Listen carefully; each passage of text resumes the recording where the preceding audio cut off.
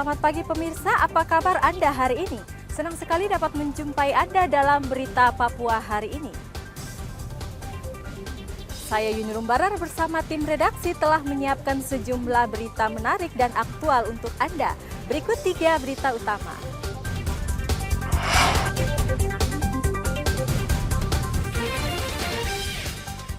Nahkoda kapal nelayan Merauke diduga dibunuh anak buah, hasil tangkapan dicuri.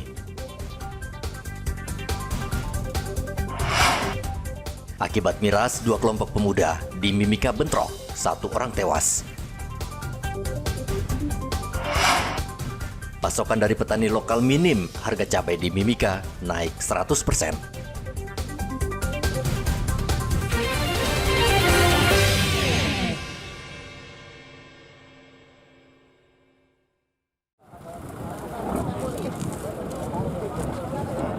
Nahkoda kapal Arujaya 3 yang hilang akhirnya ditemukan nelayan yang kebetulan melintas di Laut Selatan Papua. Jasad korban berada di dalam karung dan terikat tali.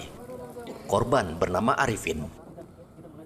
Ia diduga dibunuh anak buahnya sendiri, lalu jasadnya dibuang ke laut. Jasad korban tiba di dermaga perikanan Samudra Merauke. Rekan korban sesama nelayan memadati pelabuhan untuk melihat dari dekat jasad Arifin. Jam 7.40. Jam 7.40. Waktu itu dia tersangkut di mana? Sangkut di jaring. Di jaring. Posisinya waktu tengkurap. Tengkurap ya. Ada di tubuhnya ada apa saja? Tidak ada apa-apa, cuman yang itu sudah yang ada itu ada karung itu saja. Dia terlilit di karung sama tali? Ya, sama tali. Tubuhnya bagaimana? Utuh apa gimana? Sudah tidak utuh. Menurut Kasat Polair Polres Merauke AKP Yunita, korban diduga dianiaya 6 ABK kapal. Ia sudah memerintahkan anggotanya untuk memburu para pelaku. Itu kalau kita mau lihat juga dari sebelumnya itu kejadian, kalau bisa kita analisa tanggal 23. Tanggal 23 setelah terjadi penganiayaan itu, almarhum dibuang ke laut. Nah, kita bisa menunggu sampai dengan 5 hari maupun 6 hari kemudian. Nah, ini 6 hari kemudian muncullah almarhum di permukaan laut. Untuk saat ini kami masih dalam proses penyelidikan, pengejaran terhadap 6 ABK. 6 ABK yang diduga melakukan penganiayaan terhadap korban. Ada tidak tangkapan yang didapatkan atau memang sama sekali sudah tidak ada ludes? Sudah tidak ada, nihil. Semenjak kapal kami temukan tanggal 24 Juni di pesisir Nokenjerai, pantai Nokenjerai, sudah tidak ada mau gelembung maupun ikan, tidak ada. Dugaannya mungkin sudah dibawa oleh 6 pelaku? Bisa jadi dilakukan penipuan dan penggelapan, sudah digelapkan hasil kapal. Polisi juga tidak menemukan seluruh hasil tangkapan kapal Arujaya 3 berupa sirip ikan dan gelembung ikan. Diduga hasil tangkapan tersebut dibawa kabur pelaku yang meninggalkan kapal terombang-ambing di tengah laut pada 26 Juli lalu. Muhammad Ridwan melaporkan dari Merauke, Papua Selatan. Tim SAR gabungan akhirnya menemukan warga di Asmat, Papua Selatan yang dilaporkan tenggelam ketika menjaring ikan di Muara Uwus. Korban yang bernama Daniel ditemukan dalam keadaan sudah meninggal dunia. Kepala Bagian Operasi SAR Mimika Charles Batlayeri mengatakan korban menderita penyakit epilepsi. Diduga saat menjaring ikan penyakitnya kambuh dan ia akhirnya tenggelam karena tidak ada seorang pun yang menyelamatkannya. Seorang nelayan yang mengalami sakit ayan yang tenggelam, terus kemudian setelah kami menerima laporan, ya saat itu juga sedang ada operasi SAR LCT Cita 20, kemudian sebagian tim dibantu oleh tim dari TNI Angkatan Laut yang ada di Asmat dan juga Polairut melaksanakan pencarian. Setelah melaksanakan pencarian, kemudian korban ditemukan dalam keadaan meninggal dunia. Setelah itu korban dievakuasi dan dikembalikan ke keluarga untuk dimakamkan. Tim SAR langsung mengevakuasi jasad Daniel lalu diserahkan ke keluarganya untuk dimakamkan. Igo Batmomolin melaporkan dari Asmat, Papua Selatan. Seorang pemuda ditemukan tewas di Komplek Gorong-Gorong, Mimika, Papua Tengah. Pemuda itu tewas setelah terlibat bentrok sesama pemuda. Diduga pemicu bentrokan karena pemuda mabuk minuman keras. Kapolsek Mimika Baru AKP Jai Limbong mengatakan pihaknya mendapat laporan ada bentrokan dan setelah ke lokasi menemukan korban sudah meninggal dunia. Benar membenarkan bahwa benar ditemukan satu orang sosok laki-laki yang sudah terdapat di samping pos penjual timun. Pada saat kami di sana, kami lakukan olah TKP, tentu dengan bersama-sama dengan identifikasi Polres. Hasil kerja tim, di situ juga kami mencari saksi-saksi. Kemarin akhirnya kami dapat kronologisnya. Ternyata korban itu diduga dianiaya di bagian lengan sebelah kiri mengenai bagian tusuk. Kemarin setelah dari situ kita bawa ke rumah sakit, memang ada memar di sebelah kiri. Pemeriksaan jenazahnya sudah dilakukan, namun hasilnya kita masih menunggu. Untuk sebab-sebab matinya orang. Namun hasil keterangan saksi yang ada di TKP itu membenarkan bahwa ada seseorang laki-laki yang memukul korban tersebut dengan menggunakan satu buah balok. Setelah dia pukul, dia terjatuh di situ dan kami datang sudah menemukan korban itu dalam keadaan. Polisi masih mencari pelaku dan mengimbau warga tidak mengonsumsi minuman keras berlebihan karena bisa menyebabkan tindakan kriminalitas. Dari Mimika, Papua Tengah, Igo Batmomolin melaporkan.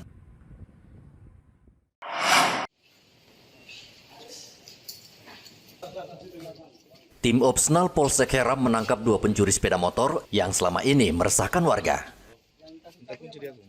Dari 2 tersangka, polisi berhasil menyita 3 sepeda motor hasil curian yang belum sempat dipreteli dan dijual ke pihak ketiga.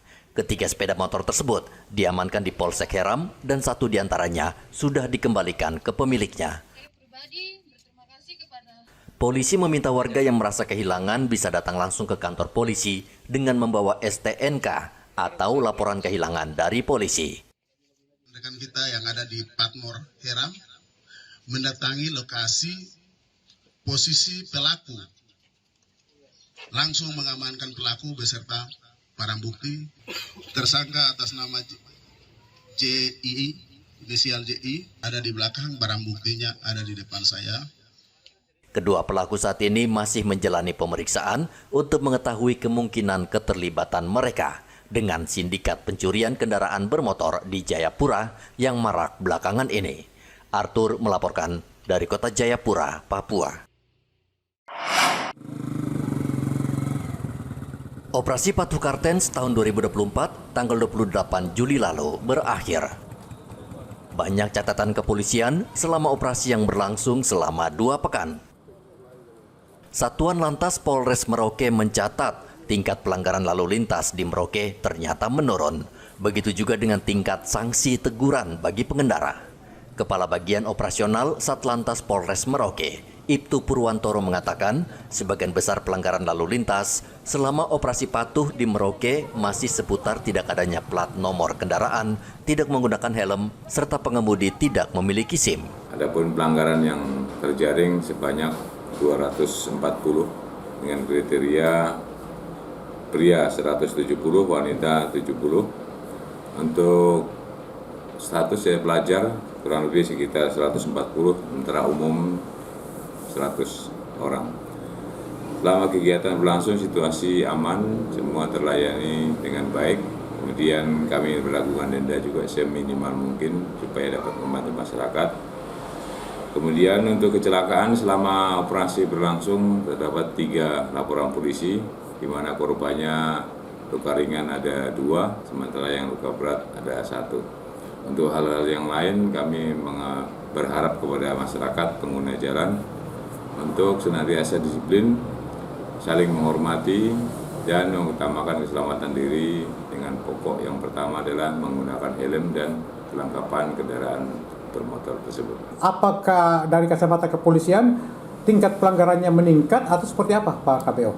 Ya, untuk saat ini agak menurun, jadi sebagian sudah cukup bagus untuk dalam kota ini. Kemudian hanya saat-saat tertentu saja yang mungkin mereka menganggap bahwa agak sepi sehingga mereka tidak paham dengan aturan bahwa berkendara itu wajib dimanapun menggunakan helm.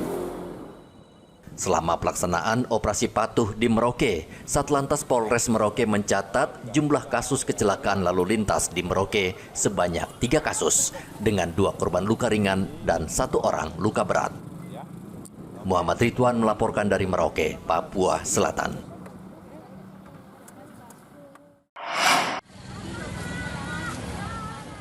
Harga cabai di Mimika, Papua Tengah kembali naik. Harga cabai rawit misalnya saat ini Rp140.000 per kilogram, naik dari harga Rp70.000 per kilogram. Menurut pedagang, penyebab kenaikan akibat pasokan cabai dari Makassar, Sulawesi Selatan berkurang. Selain cabai rawit, dari pantauan di pasar, harga cabai merah keriting juga ikut naik dari Rp100.000 menjadi Rp140.000 per kilogram. Kenaikan harga kedua jenis cabai menurut pedagang terjadi sejak 2 hari lalu. Tidak, 140, 130. Paling tinggi 140? Iya. Habis rusa-rusanya kita perhitungkan. Ya, karena kalau barang tidak ada, seorang kasih naik. Tapi ini rata-rata semua dari luar, toh? Ini dari luar. Jadi untuk cabai rawit 100. Kalau jual sekarang? 120 modalnya. 130. Kalau ini sama. Cabai keriting? Sama. Berapa? Iya, sama juga. 140? Iya, selalu. Hari setiap orang naik lagi. Terus kita mau bagaimana tidak naik. Kita belinya naik. Ada orang belanja naik lagi, pindah lagi di tempat lain cari ya. Saat ini produksi cabai merah besar dan cabai rawit lokal menurun tajam karena gagal panen akibat curah hujan yang tinggi. Sehingga untuk memenuhi kebutuhan masyarakat, kedua jenis cabai ini harus didatangkan dari Makassar. Dari Mimika, Papua Tengah, Igobat Momolin melaporkan. KPU Merauke akan membuka pendaftaran bagi calon bupati dan wakil bupati Merauke pada tanggal 27 Agustus hingga 29 Agustus 2024 ini. Ketua KPU Merauke, Roske Bubun mengatakan saat ini KPU masih melakukan pencocokan data pemilih. Ini akan dimulai tanggal 27 sampai dengan 29 Agustus. Maka disinilah waktu kami menanti bakal calon. Kami masih bilang bakal calon. Karena nanti tunggu datang ke KPU, diverifikasi, dan akan ditetapkan menjadi calon di tanggal 22 September. 22 September ini adalah waktu bagi KPU untuk melakukan penetapan calon. Kemudian tanggal 23 September ini waktu untuk penarikan nomor urut bagi calon-calon yang akan berkontestasi. Ros menambahkan tanggal 22 September 2024 mendatang, KPU kembali akan melakukan penetapan bakal calon bupati dan wakil yang lolos verifikasi. Sementara untuk pelaksanaan kampanye Pilkada Bupati di Merauke akan digelar pada tanggal 25 September hingga 25 November. Suhu politik saat jelang dan pasca Pilkada Bupati dan Wakil Bupati Merauke tentu sedikit akan tinggi, sehingga warga diimbau untuk selalu tenang dan tidak mudah terpancing dengan berbagai propaganda yang bakal muncul jelang Pilkada nantinya. Muhammad Ridwan melaporkan dari Merauke, Papua Selatan.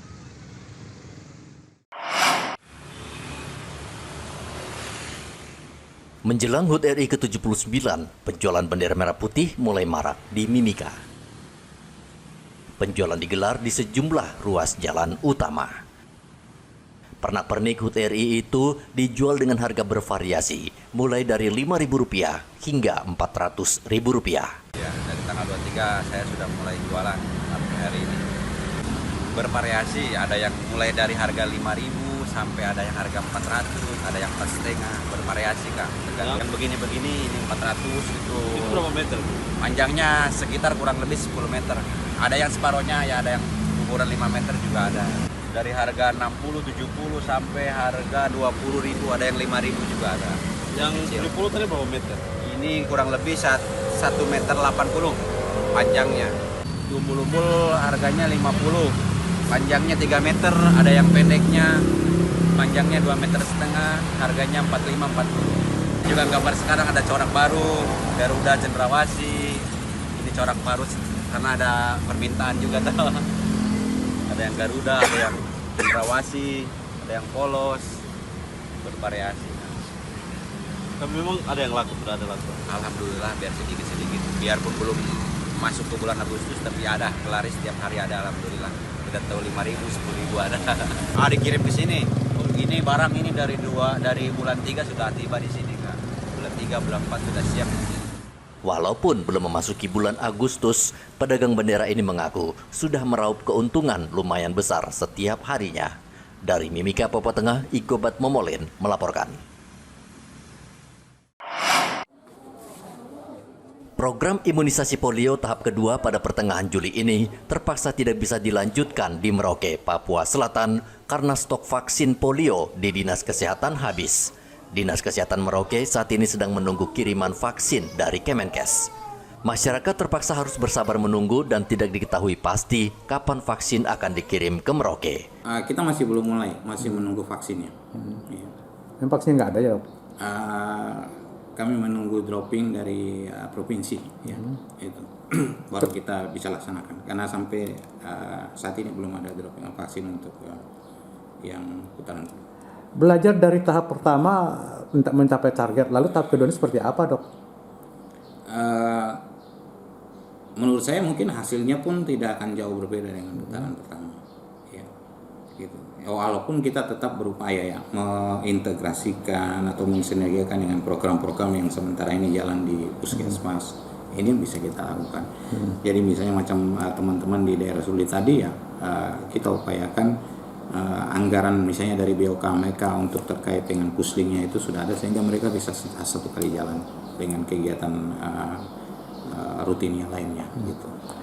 Yang sekarang ini sebenarnya karena ada KLB, maka perlu dilakukan pekan imunisasi nasional kan itu untuk mengatasi, untuk ini mencegah supaya jangan yang menyebar gitu cepat. Jadi untuk melindungi komunitas kan, sehingga maksudnya kenapa sampai 95% itu kan untuk menimbulkan imunitas kelompok yang lebih besar, sehingga kemarin ada KLB, upaya ini diharapkan dapat mencegah perluasan daerah KLB tadi.